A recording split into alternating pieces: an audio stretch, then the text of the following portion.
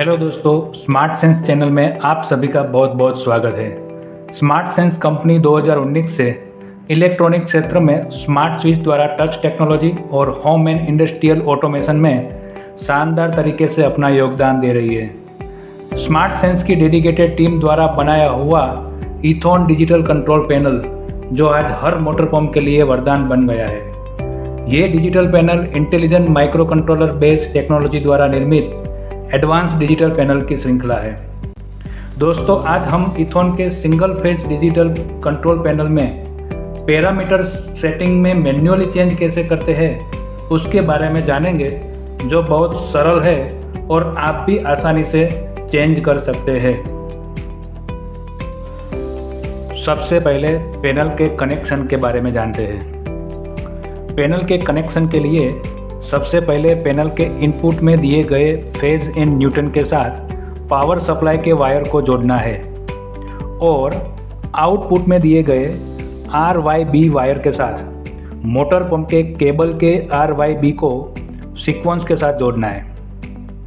साथ में अगर आप पानी की टंकी का लेवल कंट्रोल करना चाहते हैं तो यहाँ पर अपर फ्लोटी कनेक्शन में आप ऊपर की टंकी का फ्लोट लेवल कंट्रोलर और लोअर फ्लोटी कनेक्शन में आपकी अंडरग्राउंड वाली टंकी का फ्लोट लेवल कंट्रोलर के वायर को कनेक्ट करना है। अब आपका पैनल का कनेक्शन कंप्लीट हो गया है।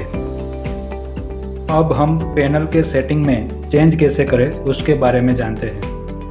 पैनल के लेफ्ट साइड में दिया हुआ ऑटो एंड मैनुअल स्विच है, उस पर हमेशा आपको ऑटो मोड में ही स्विच को रखना ज़रूरी है।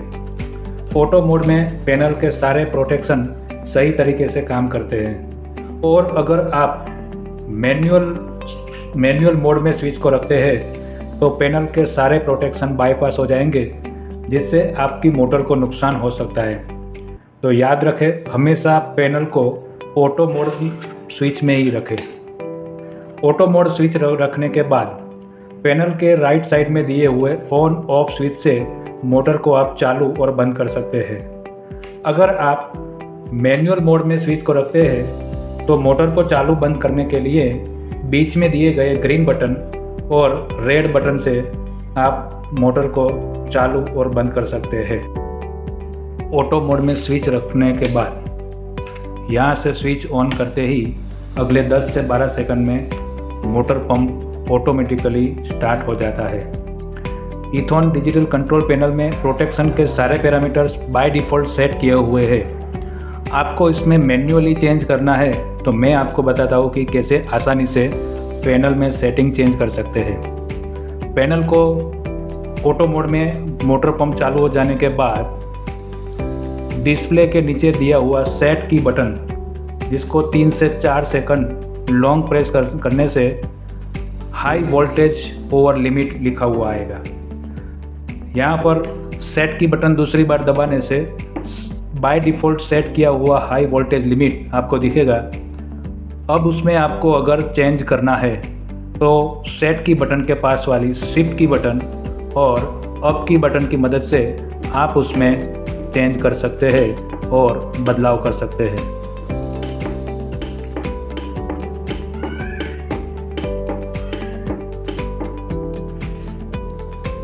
तो आप जितना भी चाहो यहाँ पर आप हाई वोल्टेज लिमिट को चेंज कर सकते हैं। वैसे ही आगे सेट की बटन दूसरी बार दबाने से लो वोल्टेज लिमिट आएगा। लो वोल्टेज लिमिट के लिए आपको सेट की बटन दबाना है और आपको बाय डिफ़ॉल्ट सेट किया हुआ लो वोल्टेज लिमिट दिखेगा। इधर भी आपको चेंज करने के लिए शिफ्ट की बटन और अप की बटन का इस्तेमाल करना है और आपके हिसाब से कम या ज़्यादा जो भी आपको करना है, आप यहाँ पर लोअर वोल्टेज को कम या ज़्यादा कर सकते हैं। आप अपने हिसाब से वोल्टेज को कम या ज़्यादा करके लो वोल्टेज सेट कर सकते हैं। वैसे ही सेट की बटन फिर से दबाने से ओवर करंट मिलेगा, जो आपका मोटर का एम्पियर दर्शाता है। सेट की बटन दबाने से आपको इधर कितना सेट किया हुआ एम्पियर है वो दिखेगा।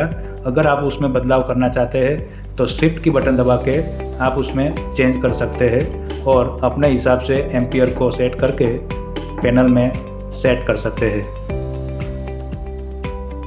आगे सेट की बटन दबाने से ड्राई रन फंक्शन आएगा, जो बिना पानी या पानी ख़त्म हो जाने की स्थिति में मोटर पंप को अपने आप बंद कर देता है, जिससे आपकी मोटर सुरक्षित रहती है। ड्राई रन फंक्शन को ऑन ऑफ करने के लिए सेट की बटन दबाना है और शिफ्ट की बटन की मदद से आप यहाँ पर ड्राई रन फंक्शन को ऑन या ऑफ कर सकते हैं। अगर ड्राई रन फंक्शन आप ऑन रखना चाहते हैं तो फिर से सेट की बटन दबाना है, जहाँ पर ड्राई रन करंट आएगा, और ड्राई रन करंट को सेट करने के लिए सेट की बटन दबाने के बाद शिफ्ट की और अप की मदद से आप यहाँ पर ड्राई रन करंट सेट कर सकते हैं। वाटर लेवल ट्रिपिंग के लिए आपके फ्लोटी को ऑन ऑफ करने की सुविधा ये पैनल में है। सेट की बटन दबाने से लोअर फ्लोटी का ऑप्शन आएगा, जो आपकी अंडरग्राउंड टंकी का फ्लोट लेवल कंट्रोलर को ऑन ऑफ करने के लिए होता है। सेट की बटन दबाइए और शिफ्ट की बटन से आप आपकी लोअर फ्लोटी ऑन ऑफ कर सकते हो। वैसे ही सेट की बटन दबाने से अपर फ्लोटी यानी आपकी ऊपर की टंकी का float level controller switch on और स्विच ऑफ करने के लिए शिफ्ट की बटन से आप आपकी अपर फ्लोटी और लोअर फ्लोटी को सेट कर सकते हैं। अब आगे के फंक्शन के लिए सेट की बटन को दबाना है, जिससे आपको ऑफ टाइमर का फंक्शन दिखेगा। ऑफ टाइमर फंक्शन में मिनट सेट करने के लिए सेट बटन को दबाना है, जहां पर आप 9999 मिनट तक टाइमर सेट कर सकते हैं। यहाँ पर शिफ्ट की और अप की मदद से आप जितना भी चाहे टाइम सेट करके रख सकते हैं, जिससे आपकी मोटर जितना भी मिनट्स आपने सेट किया है उतनी मिनट के बाद यहाँ पर टाइमर का की प्रेस करके आप टाइमर ऑन कर सकते हो। और 40 मिनट मैंने सेट किया है तो 40 मिनट के बाद ये मोटर अपने आप बंद हो जाएगी। आपको मोटर के पास बैठकर बंद करने के लिए वेट करने की ज़रूरत नहीं है, आपका टाइम बचता है। अब लास्ट में सेट की प्रेस करना है, जिससे एंड लिखा हुआ आएगा। अब एक बार फिर से सेट की बटन प्रेस करना है, जिससे पैनल में आपने जो पैरामीटर्स चेंज किया होगा वो कम्प्लीटली सेव हो जाएगा और पैनल आपने चेंज किए पैरामीटर सेटिंग के हिसाब से वर्क करेगी। अब हम पैनल के ऊपर दिए गए इंडिकेटर के बारे में जानेंगे। पैनल पर 7 सेगमेंट वाला रेड डिस्प्ले है, जो आपको बेहतर तरीके से फंक्शन को विजुलाइज करता है। इसके पास में दिया हुआ वोल्टेज एरर का इंडिकेटर है, जो पैनल में सेट किए हुए वोल्टेज से अधिक या कम वोल्टेज हो जाने पर मोटर ट्रिपिंग का रेड एलईडी के साथ इंडिकेट करता है। उसी प्रकार करंट एरर का जो इंडिकेटर है वो पैनल में सेट किए हुए एम्पियर करंट से ज़्यादा एम्पियर बढ़ने से मोटर ट्रिप हो जाने के साथ रेड लाइट के साथ इंडिकेट करता है, मतलब इसका यहाँ पर दिखाता है। यहाँ पर अपर टैंक वाला इंडिकेटर ऊपर की टंकी में वाटर लेवल ट्रिपिंग बताता है, जिससे आपको यह पता लगता है कि टंकी में फ्लोटी लेवल तक पानी भर चुका है।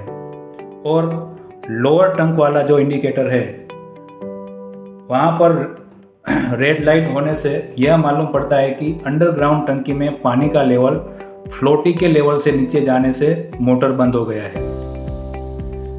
यहाँ पर मोटर वाला जो इंडिकेटर है वो मोटर चालू या बंद होने का संकेत करता है।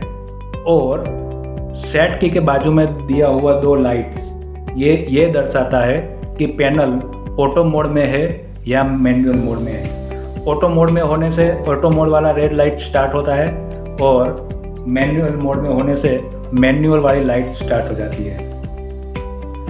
और यहाँ पर दिया हुआ टाइमर का की है, आप उसको ऑन करते हैं तो टाइमर इंडिकेट करता है और इधर आप बंद करते हो तो यहाँ पर बंद होने को इंडिकेट करता है। उम्मीद करता हूँ आपको ये वीडियो पसंद आया होगा और आपको पैनल के सेटिंग में मदद करेगा। ऐसे ही जानकारी वाले वीडियो को देखने के लिए आप हमारी चैनल को सब्सक्राइब करें और बेल आइकन को हिट करें, जिससे आपको नए वीडियो का नोटिफिकेशन तुरंत मिल जाएगा। ज़्यादा जानकारी के लिए आप नीचे दिए गए नंबर से कांटेक्ट करके टेक्निकल सहायता प्राप्त कर सकते हैं। अब मुझे दीजिए इजाज़त। Thank you very much. जय हिंद, वंदे मातरम।